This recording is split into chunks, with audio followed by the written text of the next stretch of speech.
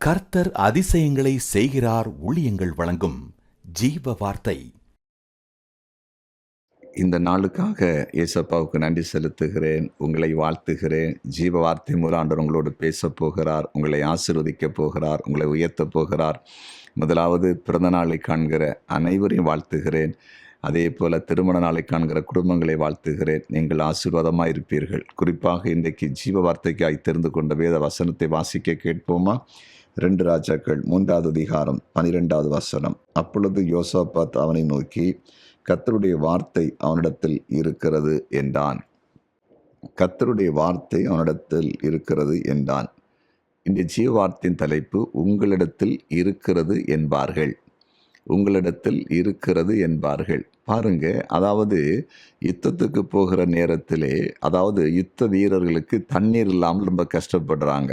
அப்போ அவங்களுக்குள்ளே பேசுகிறார்கள். இந்த பகுதியில் ஏதாவது தீர்க்கதரிசிகள் இருக்கிறார்களா? அப்போ கூட வந்த ஒரு மனுஷனே சொல்கிறாரு, அதாவது எலிசான்னு ஒரு தெய்வ மனிதன் இருக்கிறார். அவர் எலியா கூட இருந்தவர். எலியா கூட இருந்து கற்றுக்கொண்டவர்.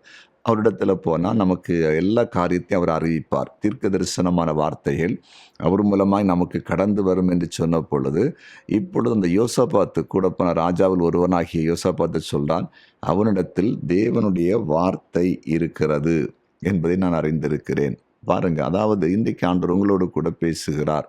உங்களிடத்தில் சில காரியங்கள் இருக்கிறது என்பதை மற்றவர்கள் சொல்வார்கள். இவரிடத்திலே விசேஷித்த அபிஷேகம் இருக்கிறது, விசேஷித்த வரம் இருக்கிறது, விசேஷித்த தாளந்தில் இருக்கிறது, விசேஷித்த இன்னும் சில கிருபைகள் இருக்கிறது என்று சொல்லி மற்றவர்கள் சொல்லுவார்கள், மற்றவர்கள் பேசுவார்கள். அது பெரிய காரியம் தானே. நம்மிடத்தில் இருக்கிறது நாம் சொல்வதை காட்டல, நம்மிடத்தில் இருக்கிற ஒரு விசேஷித்த காரியத்தை இனி ஒருவர் சொல்லுவது அது பெரிய மேன்மைதானே. வேதத்தில் அப்படித்தான் எழுதப்பட்டிருக்கிறது. உன் வாயல்ல புறத்தியாருடைய வாயை உன்னை புகழட்டென்று சொல்லி இருக்கிறாரே. நம்முடைய வாய் நம்மை குறித்து புகழ வேண்டிய அவசியமே இல்லையே. என்னிடத்தில் இது இருக்கிறது, பணம் இருக்கிறது, செல்வம் இருக்கிறது, ஞானம் இருக்கிறது, கிருபை இருக்கிறது, வரம் இருக்கிறது, வல்லமை இருக்கிறன்னு நம்ம அட்வர்டைஸ்மெண்ட் பண்ண வேண்டிய அவசியமே இல்லையே. இனி மற்றவர்கள் நம்மோடு கூட இருக்கிறவர்கள், நம்ம சுற்றி இருக்கிற மக்கள் கண்டு கேட்டு உணர்ந்து சொல்வது அது எவ்வளோ பெரிய பாக்கியம். இதுதான் மேன்மையானது. இன்றைக்கு அநேகர் அறியாமல் சொல்லி கொண்டிருக்காங்க. எங்களிடத்தில் அது இருக்குது இது இருக்குன்னு சொல்லி ஒன்றும் இல்லாமல் இருந்தாலும் இன்றைக்கு பெரியதாய் சொல்லி கொண்டிருக்கிறோம். நம்ம அப்படி சொல்ல வேண்டிய அவசியம் இல்லை. கர்த்தர் உங்கள் சூழ்நிலைகளை மாற்றுகிறார். உங்களிடத்தில் இருக்கிறது, நன்மை இருக்கிறது, பெரிய காரியம் இருக்கிறது, இவரிடத்தில் போனால் நமக்கு பிரயோஜனம் உண்டாகும் என்பதை மற்றவர்கள் சொல்ல போகிறார்கள். அப்படிப்பட்ட அதிசயத்தை உங்கள் வாழ்க்கையில் ஆண்டவர் செய்ய போகிறார். அப்படி மற்றவர்கள் சொல்லத்தக்கதாய் ஒரு பெரிய மேன்மையான ஒரு மகிமையை உங்கள் மேல் ஆண்டவர் வைக்கப் போகிறார். ஏசப்ப வைக்கப் போகிறார். விசுவாசிப்பீங்களா? ஜெபிப்போமா? இன்றைக்கு அந்த பிரசனம் எலிசா மேலே இருந்த அதே வல்லமை, அதே பிரசனம் உங்கள் மேல் இறங்கி வருவதற்காக, உங்கள் ஸ்தாபனத்தின் மீது இறங்கி வருவதற்காக, உங்கள் குடும்பத்தின் மீது இறங்கி வருவதற்காக, உங்கள் ஊழியத்தின் மீது இறங்கி வருவதற்காக, உங்கள் சபை மீது இறங்கி வருவதற்காக ஜெபிக்க போகிறேன். ஜெபம் பண்ணலாமா? ஜெபிக்கலாம். நன்றி தகப்பனே, எவ்வளவு பெரிய நல்ல ஆண்டவர்.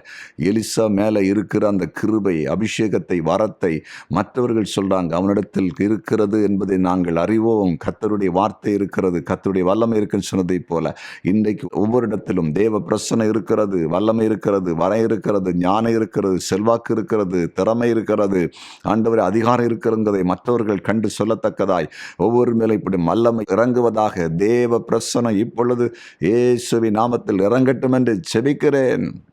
நீர் அப்படி செய்கிறதற்காய் நன்றி. எலிசாவை போல மாற்றியருளும். குறிப்பாய் வியாதியஸ்தர்களுக்காய் செபிக்கிறேன். வியாதியின் அகோரம் முற்றிலுமாய் விலகுவதாக. கொடிய வியாதியினால் பாதிக்கப்பட்டு இருக்கிறவர்கள் இயேசுவின் நாமத்தில் இப்போது விடுவிக்கப்படட்டும் என்று செபிக்கிறேன். இரவு தூங்க முடியாதவர்களுக்கு தூக்கம் வருவதாக.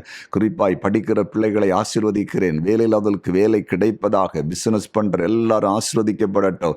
கர்த்தருடைய ஊழியத்தை நிறைவேற்றுகிற அனைவரும் இயேசுவின் நாமத்தில் ஆசீர்வதிக்கப்படுவார்களாக. நீர் அப்படி செய்து விட்டதற்காய் ஸ்தோத்திரம். இயேசுவின் நாமத்தில் பிதாவே. ஆமேன், ஆமேன், ஆமேன்.